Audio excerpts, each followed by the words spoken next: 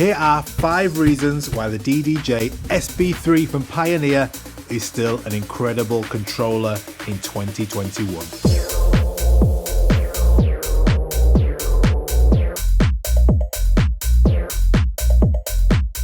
What's up guys, it's Lawrence here. Today I'm going to be telling you why the Pioneer DDJ-SB3 is still one of my favourite entry-level controllers on the market. I'm going to take you through 5 of my favourite things about the SB3, so if you already own one, you can learn about how to use the features, and if you're thinking about buying one, this is exactly why you should.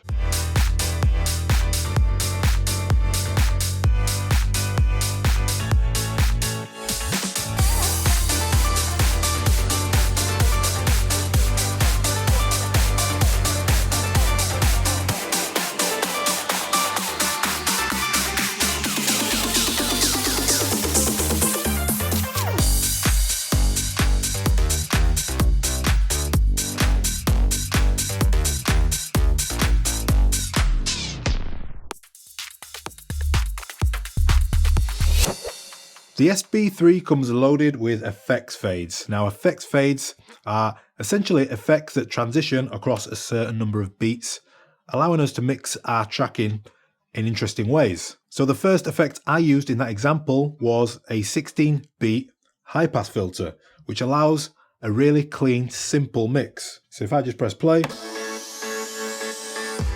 we're going to press effects fade, and on the bottom left is our 16 beats.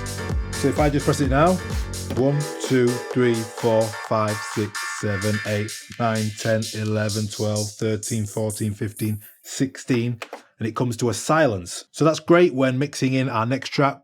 We can count in 16 beats just before we need to drop in our brand new track. So if I show you that example in the mix.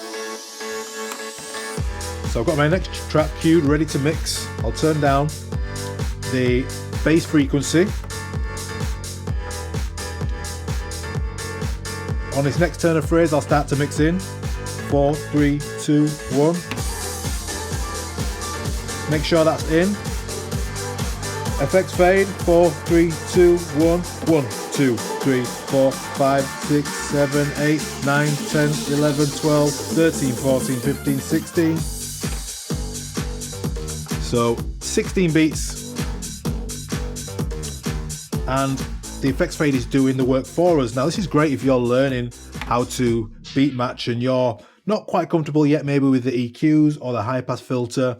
This gives you a great lesson to be able to understand timing and phrasing when mixing tracks. If you want to know more about phrasing, counting in beats, counting in bars, make sure you check out our dedicated SB3 course. It's a step-by-step guide taking you from setting up your SB3 right through to learning advanced techniques and mixing your own music. Number 2 is the pad scratch. Now, when the pad scratch came out on the SB3, caused a lot of controversy because people thought it was a way to cheat scratching essentially. But you can look at it as a really good tool to learn how to scratch. If you've never scratched before, it's quite a daunting task and it can take quite a long time to learn. If we just activate pad scratch now, we've got a cue point set on the beginning of this track. If you select pad scratch, it'll give you various scratches, different scratch patterns. So my advice would be to activate one of these and just try and learn the pattern. So I'll keep my hand on the jog wheel, press play, and let's listen to the pattern. And then you try and figure out what that is.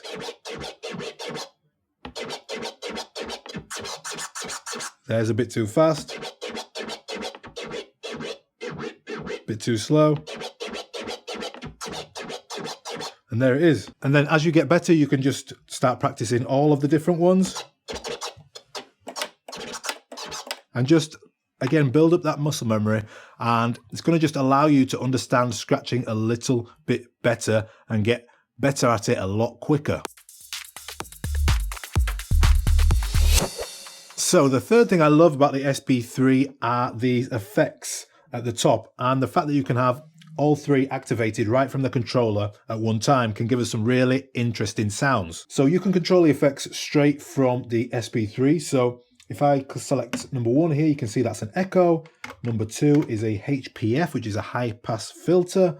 And then number 3, we have a flanger on. And you can hit shift, and if you select number 1, you can change the effects from the controller itself.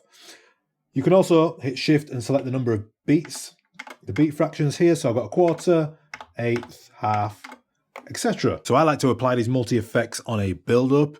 Again, gives us some really interesting sounds. It creates a lot of tension, and in a live environment, we're just going to build it up and then drop it just before the drop. So we'll activate our 3 effects. And if we just bring this up slowly now, all the effects are working together. We just got to remember to get rid of them on the drop. 4, 3, 2, 1.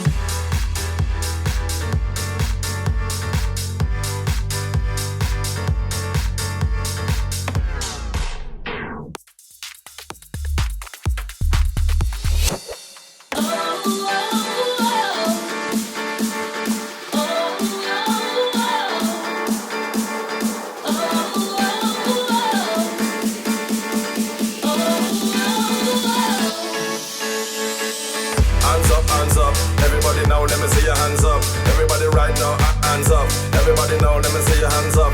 Right now, hands up, hands up. Everybody now, let me see your hands up. Everybody right now, hands up. Everybody now, let me see your hands up. Right now, hands up, hands up. Everybody now, let me see your hands up. Everybody right now, hands up. Everybody now, let me see your hands up. Right now, hands up, hands up. Everybody now, let me see your hands up. Everybody right now, hands up. Everybody now, let me see your hands up.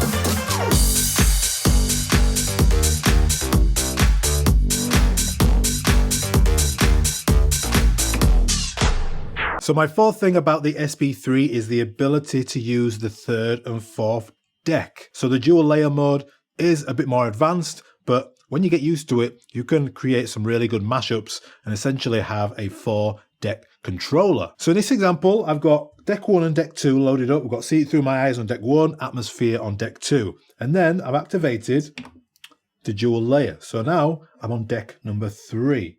So I've just got this acapella that is looped. Hands up, everybody now, let me see your hands up. Everybody right now. And what I like to do is use an acapella to transition between the 2 tracks. Hands up, everybody now, let me see you. So we'll get that back to the beginning. Let's go to track number 1. So we'll begin our track, we'll activate deck number 3, and then we'll play our acapella. On deck number 2, I just have a cue point on the build-up. So we'll start our track. Activate deck number 3, and on the drop we're going to press play. 4, 3, 2, 1. Hands up, everybody now, let me see your hands up. Everybody right now, hands up. Everybody now, let me see your hands up. Right now, hands up. Then we're going to go back to deck number 2, 4, 3, 2, 1. And as we can see, put that to the top. We've got deck number 3 playing, deck number 2 playing.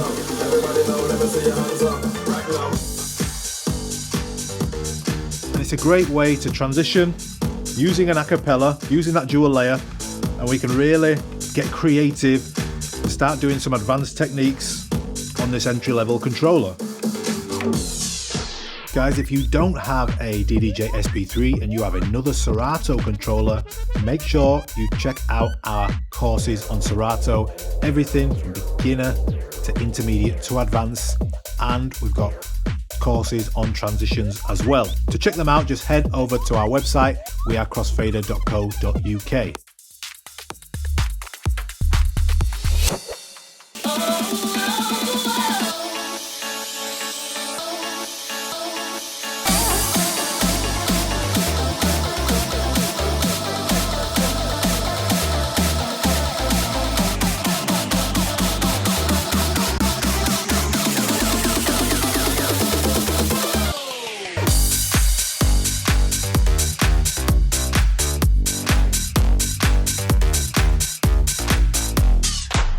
So my fifth and final reason that I love the SB3 and my favorite feature is the auto loop function in FX Fade. Now it's on this pad here on the bottom and essentially starts off with a 4-beat loop and then it halves in time, creating a great tense build up that we can really use in mixes. So this is what it sounds like on its own. 1,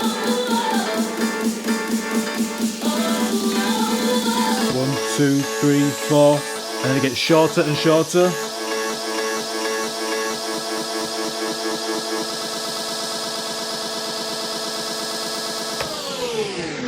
So it's really great tool for transitioning. So all I did there was I had a cue point set up on this build up and then 4 beats before the drop, which is here. 1, 2, 3, 4 is where you want to be activating the FX Fade.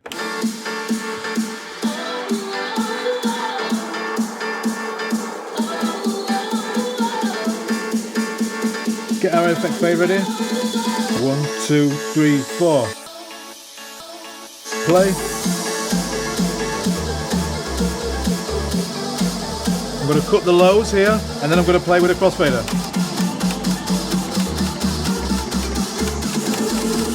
And then we're going to finish on a break.